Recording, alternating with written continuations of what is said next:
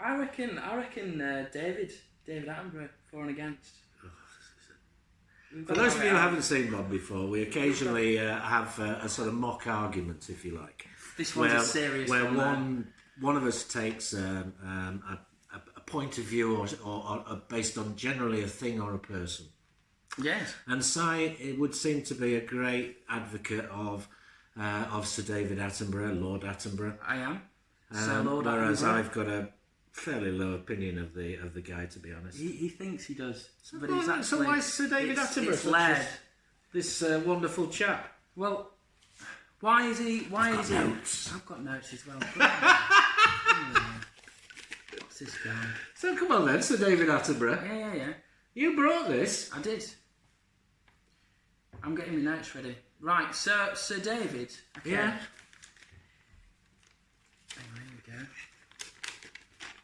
Right, so let's get this right. I can't put my notes in front of you, otherwise you'll see him. Let's get this right. He's got an amazing voice. He does have a beautiful voice. He's essentially taught the world about wildlife. How can you say he's taught the world about wildlife? Go on. Yeah. I'm not going to jump in yet. No, I know you're going to start shifting the sands and all that in a second, and pioneer of television as well. He's a pioneer of television, he was, yeah. A pioneer? Yeah, the television programme. Yes, he started it.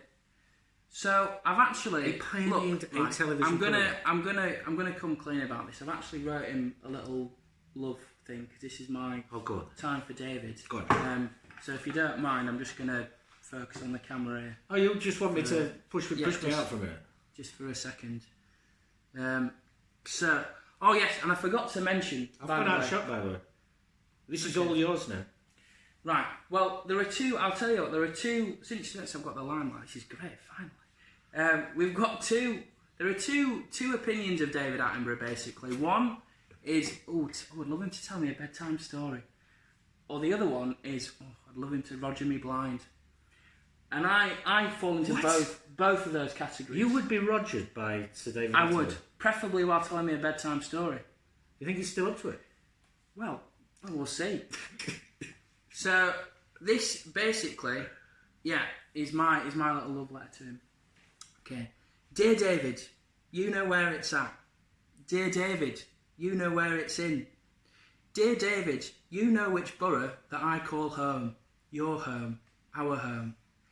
Dear David, I love you more than an emperor penguin loves being sick into its baby chicks' mouths. Watching his son or daughter penguin enjoy that fishy meal, he's just another guy. Dear David, I love you more than the oceans. I could flood a city full of salty tears if I knew I would never see another one of your programmes. A new Atlantis, the size of Birmingham. In fact, it probably would be Birmingham. Dear David, I love your sensible clothing, your impeccable professionalism, and most of all, I love your hair. Wispy white, you make my kite soar. Dear David, P.S. Hurry. So, don't laugh, right? So as you can see, there's quite a lot of heat between me and David Attenborough there. Heat? Yes, absolutely. Romance? Absolutely. Well, so what does he know about this? Well, he will do. He watches all the time, doesn't he? So we'll see. I would think it's unlikely. He'll watch it. We'll tag him. We'll Twitter it to him. And if he answers to the tag, I may well change my view of him.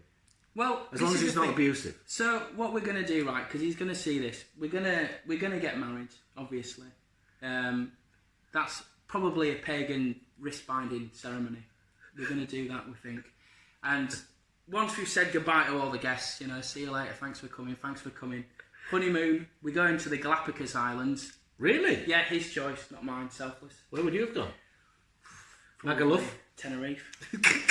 But anyway, we're going to Galapagos. He likes it, obvious reasons. But then, because I'm a giver and a receiver in this relationship, right. You see, Richard. So I've given that way. But what I'm receiving is some family members. So I alluded to it in my letter to him. We're actually going to go to the Antarctic and we're going to adopt some penguins, emperor penguins. How lovely. Yeah. We've actually found a very good agency, charity, down there called Pick Up a Penguin. We've been speaking with a lady called Julie. She's sorting us out. She can't wait to see us. And So we're going to adopt a couple. We're not going to stay in the Antarctic because, well, there's going to be, let's face it, a lot of judgment down there by the penguins, scientists, all of that. So we're actually going to move to the Arctic. And we're going to set up camp there because the kids aren't going to know the difference. It's exactly the same. I know what you're going to say. Lockdown. Yeah, I know. I've had 3 months to It's prepare lockdown this madness. Look, David is my man, alright? For David Attenborough, I would take 4 of them if I could.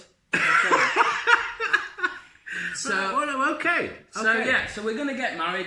Polar bears, they've got enough issues. Well, I think I need to talk to you about this marriage because I don't think you. No. Come on, just tell me. After all that, tell me why he's such a bad man.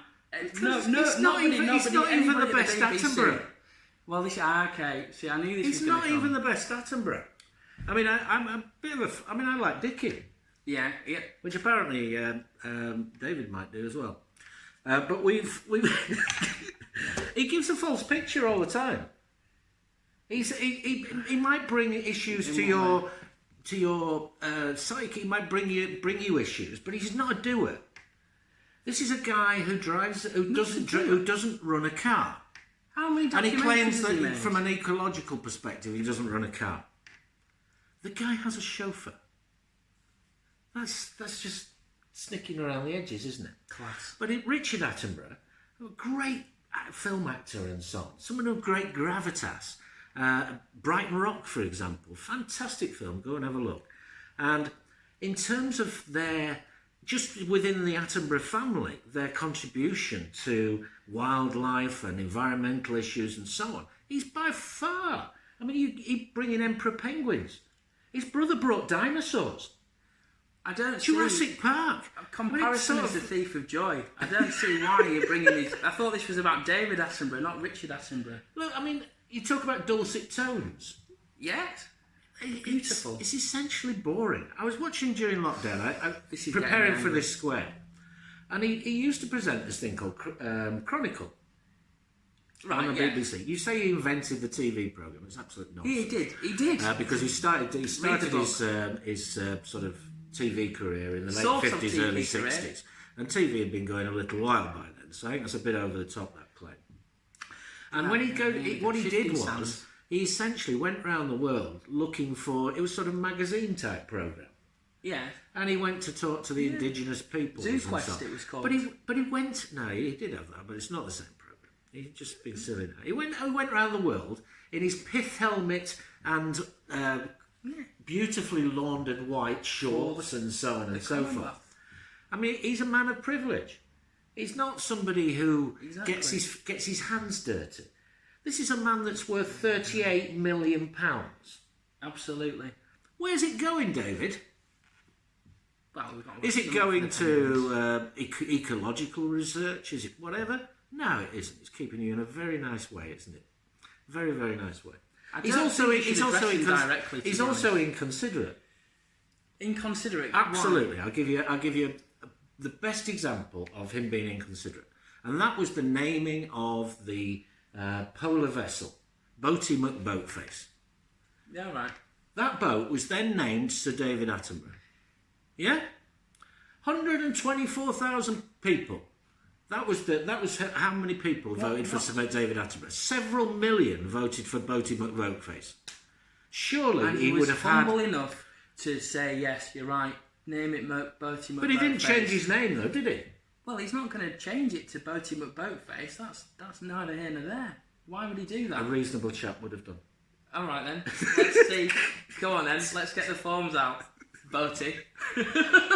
Sir David Boaty McBoatface. That's what it should be. Yeah. Because he just ignores democracy in those situations. I don't think he's worthy of your love.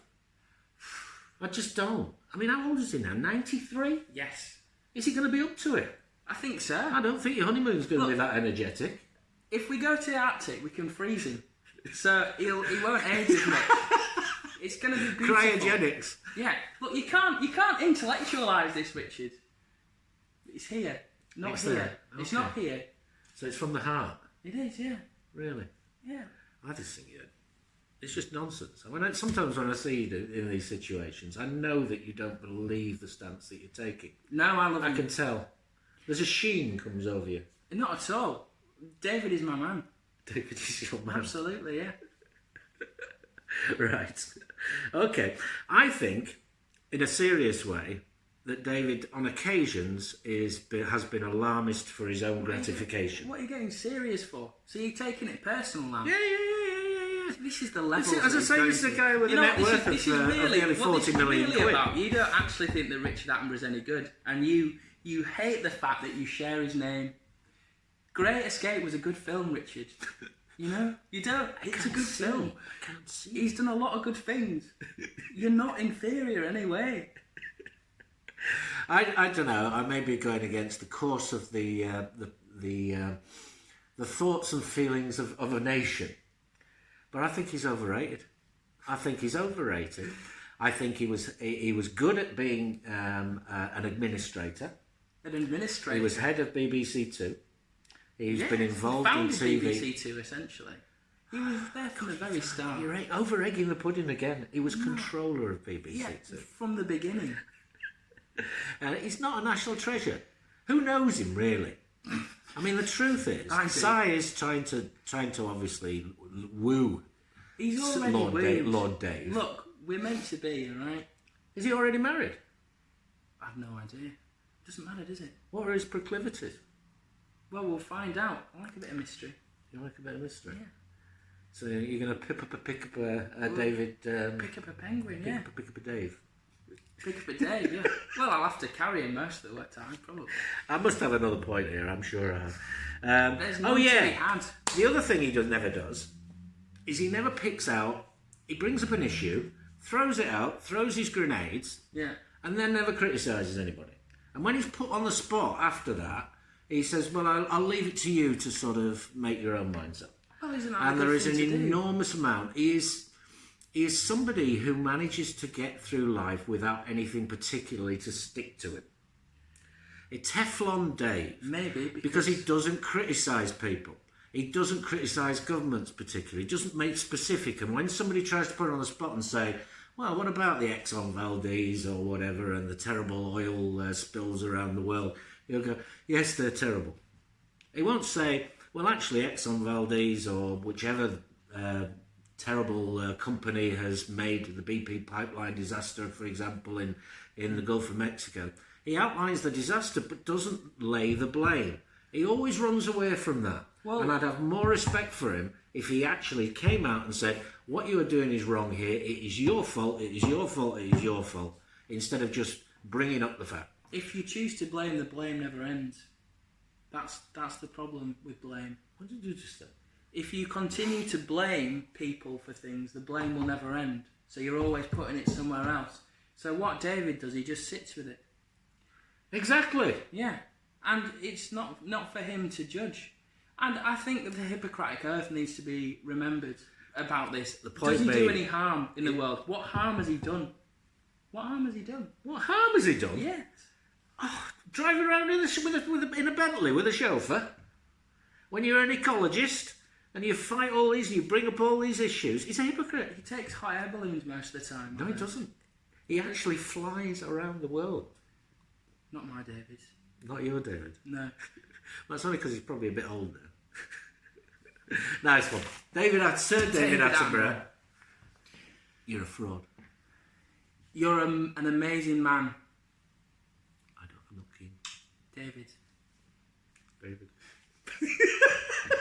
He's wise enough to just ignore you.